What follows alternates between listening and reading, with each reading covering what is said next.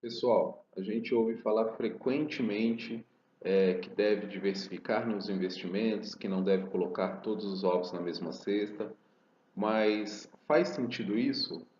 Diversificar é bom mesmo? É ruim? Meu nome é Davi Batista e hoje eu vou falar para vocês da matemática por trás da diversificação de investimentos. Eu vou mostrar por que diversificar é uma boa ideia e por que faz sentido sim do ponto de vista matemático. Vamos lá? Bom, pessoal, para falar da parte matemática da diversificação de investimentos, eu vou contar aqui com a ajuda desses três gráficos para introduzir com vocês o conceito matemático e estatístico mais importante de diversificação de investimentos, que é a correlação. A correlação nada mais é um número entre -1 e 1, que mostra o quão relacionados, o quão ligados estão duas variáveis, no nosso caso aqui, dois investimentos distintos. Então, esses dois investimentos distintos, eles podem seguir o mesmo caminho, então quando o investimento sobe, o outro sobe, eles podem seguir caminhos distintos, quando um investimento sobe, o outro tende a cair, ou eles podem seguir caminhos aleatórios entre si, são investimentos que não têm uma ligação clara entre si. Se um sobe, o outro pode estar subindo, pode estar descendo, e a correlação então mede isso, o quão ligados, o quão relacionados estão esses investimentos. Então, aqui no primeiro cenário, do lado esquerdo, a gente tem um cenário em que a correlação é 1, é a correlação positiva perfeita, que a gente chama. Então, você tem dois investimentos aqui, representados por essas linhas pontilhadas, e esses investimentos, eles seguem o mesmo sentido. Então, se um está subindo, o outro também está subindo. Quando um está caindo, o outro também está caindo. E a linha cheia é uma carteira de investimentos composta por 50% de cada ativo. Então a gente percebe que nesse cenário em que a correlação é 1, quando os ativos componentes da carteira estão subindo, a rentabilidade da carteira resultante também está subindo. E o oposto também é verdade. Quando os ativos estão caindo, a rentabilidade da carteira também está caindo.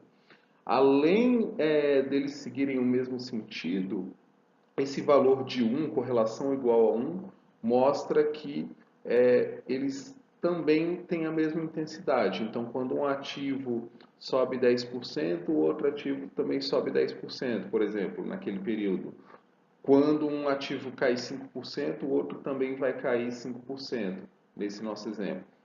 Então, quanto mais próximo de 1, mais próximo é esse valor, a igualdade desse valor. Se não fosse exatamente uma correlação, fosse próxima de 1, mas não fosse 1. Então, quando um subisse 10%, o outro ia subir 9%. Algo próximo, não ia ser exatamente 10%, mas ia ser algo próximo. Quando um caísse 5%, o outro ia cair algo próximo de 5%, 4%, por exemplo. Então, a correlação mede isso. A correlação positiva ali, ela diz que os dois ativos vão no mesmo sentido e quanto mais próximo de um, mais próximo é o valor percentual que eles estão indo nesse mesmo sentido. No cenário aqui do meio, a gente tem aqui uma correlação que a gente diz de -1, uma correlação negativamente perfeita, uma correlação perfeita negativa. Nesse cenário aqui, o que está ocorrendo? Esses dois ativos, eles seguem caminhos distintos, então quando um está subindo, o outro está descendo, aí quando o que estava descendo sobe, o outro que estava subindo desce, então eles seguem caminhos totalmente opostos, sentidos opostos, mas em intensidades iguais, no cenário em que a correlação é -1. Então, se um sobe 10%, o outro cai 10%. Se um sobe 5%, o outro cai 5%. Quanto mais próximo de -1, o mais próximo é o valor coincide módulo. Então, por exemplo, se não for -1, se for muito próximo de -1 a correlação, Um vai cair, um vai subir 10, o outro vai cair 9. Então a rentabilidade de um vai ser 10, do outro vai ser menos 9. Não vai ser exatamente igual em módulo, mas quanto mais próximo de menos 1 a correlação, mais próximo vão ser os valores em módulos apenas com sinal contrário. E aí, no último caso aqui, a gente tem que a correlação aqui é nula, a correlação aqui é zero. Então, os ativos aqui, eles seguem caminhos aleatórios. Aqui, por exemplo, um está subindo, o outro também está subindo, mas aqui esse aqui continuou subindo, esse aqui está caindo. Então você vê que eles não necessariamente eles estão seguindo o mesmo sentido. E o valor também em módulo também não tem uma relação de um com o outro. Eles podem estar subindo, podem estar caindo, é aleatório isso, e o valor, o percentual que cada um sobe ou desce também é aleatório quando a gente considera um em relação ao outro, o investimento em relação ao outro. E aí a carteira resultante de 50, a carteira que contém 50% de cada um desses ativos, também vai seguir um caminho aleatório aqui. Ela não vai ser uma carteira tão reta quanto aqui no cenário do meio, em que os ativos, a correlação menos um dos ativos faz com que a carteira resultante seja totalmente uma reta ali, né? Totalmente sem volatilidade, sem altos e baixos. A carteira aleatória é o do meio aqui, é um caminho. Ela não é tão volátil quanto o cenário em que a correlação é 1, não é tão volátil, mas não é tão comportado, sem volatilidade, sem sobe e desce, quanto nesse cenário aqui em que a correlação é menos 1. Ela é o meio, que ela está no meio do caminho, então. Então, eu vou falar agora um pouco sobre quais as consequências disso no próximo slide. Mas a gente, claro, tem exemplos disso na vida real. Então, por exemplo, dois ativos que têm correlação aqui próxima de 1, correlação muito alta. Se você pegar as ações e os fundos imobiliários, eles têm esse comportamento aqui, muito próximo de. Eles têm uma correlação forte, não chega a ser 1, mas quando as ações sobem, os fundos imobiliários listados na bolsa tendem a subir também. Quando as ações caem, os fundos tendem a cair também. A gente sabe disso. Então, eles têm um comportamento próximo disso aqui. Já um comportamento aqui com correlação negativa, a gente tem, por exemplo, a bolsa e o dólar. Então, quando a bolsa sobe, naquele período o dólar provavelmente cai, e vice-versa. Quando o dólar sobe, a bolsa tende a cair. Eles são aleatórios. E o terceiro cenário aqui, essa ausência de correlação, a gente tem, por exemplo, entre a bolsa e os criptoativos, o Bitcoin, por exemplo.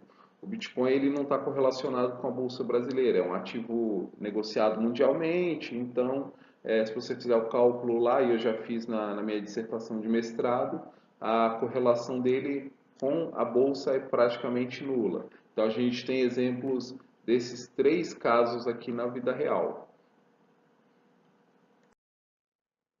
E aí vamos falar agora das consequências daqueles cenários lá de ativos com diferentes correlações. O que que isso influencia na minha carteira?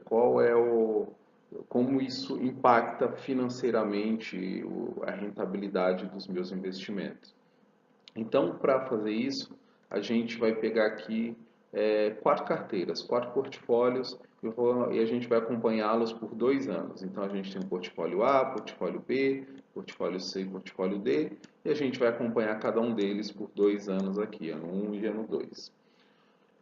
Para o portfólio A, para a carteira A, no nosso exemplo aqui, no ano 1 ela deu 5% e no ano 2 ela também deu 5%. E aí então a média simples é 5%. Hipoteticamente, a carteira B no ano 1 deu 10%, no ano 2 deu 0%, a média também é 5%. Carteira C no ano 1 deu 15%, no ano 2 deu menos 5%, a média simples também é 5%. E carteira D, no ano 1 deu 20%, no ano 2 deu menos 10%, a média simples também deu 5%. Então a gente tem 4 carteiras que, olhando ela por 2 períodos, ela tem uma média aritmética ali, uma média simples de 5% na sua rentabilidade. Só que quando a gente está falando de investimentos, o que interessa não é a média simples. A gente tem o costume de ver lá, por exemplo, numa lâmina de resultados de fundos de investimentos, ou mesmo nos noticiários, no jornal, falando a rentabilidade de tal ativo. A bolsa no ano passado ela deu 10%, esse ano ela andou de lado, deu 0%, terminou no 0 a 0 ali. Aí você, o que você faz? Você olha essa rentabilidade que você está recebendo ali, essa média ano a ano, você está olhando ano a ano, calculando a média simples na sua cabeça e avaliando aquele investimento, se ele é um investimento bom ou se é ruim. Só que em investimentos a gente não tem que olhar para a média simples, a gente tem que olhar para a média composta, a gente tem que olhar para os juros ano a ano, juros em cima de juros ano a ano.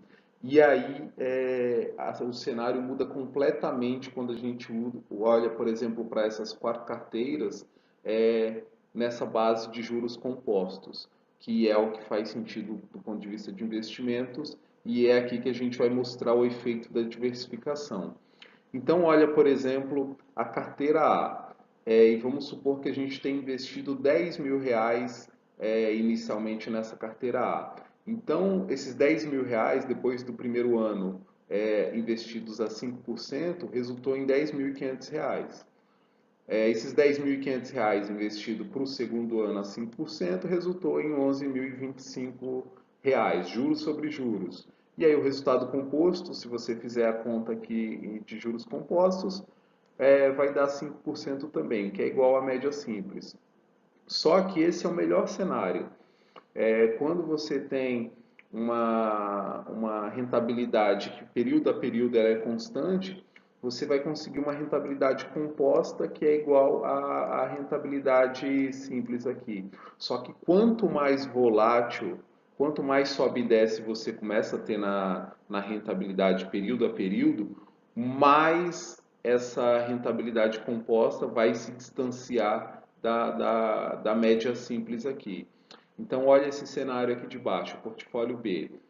Os 10.000 investidos no primeiro ano viraram 11.000 no segundo ano. Só que no segundo ano de 0%, aqueles 11.000 não evoluíram, continuou 11.000.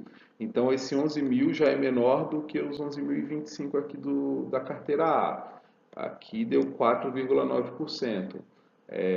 A carteira B, então, de forma composta, calculando juros compostos, deu 4,9%. Conforme vai aumentando a volatilidade na carteira C e na carteira D, a coisa vai piorando. Então, na carteira C, os 10.000 investidos após o primeiro ano, 11.500, após o segundo ano, rentabilidade de menos 5, ficou 10.925. Então, já piorou essa rentabilidade aqui total em relação aos 2 cenários anteriores. Rentabilidade composta caiu para 4,5%. Cenário D, a mesma coisa.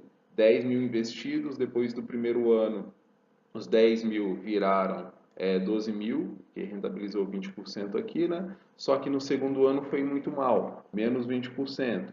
Então, o resultado final foi R$ 10.800. E a rentabilidade composta, se você fizer o cálculo, 3,9%. Então, perceba, e fazendo agora um link com um slide anterior, que a gente falou da correlação. Quanto mais volátil é a sua carteira, então quanto mais sobe e desce você tem na sua carteira, que são as carteiras de baixo aqui, a D, a C e a B, quanto mais volátil a sua carteira, pior é o resultado composto da rentabilidade da sua carteira.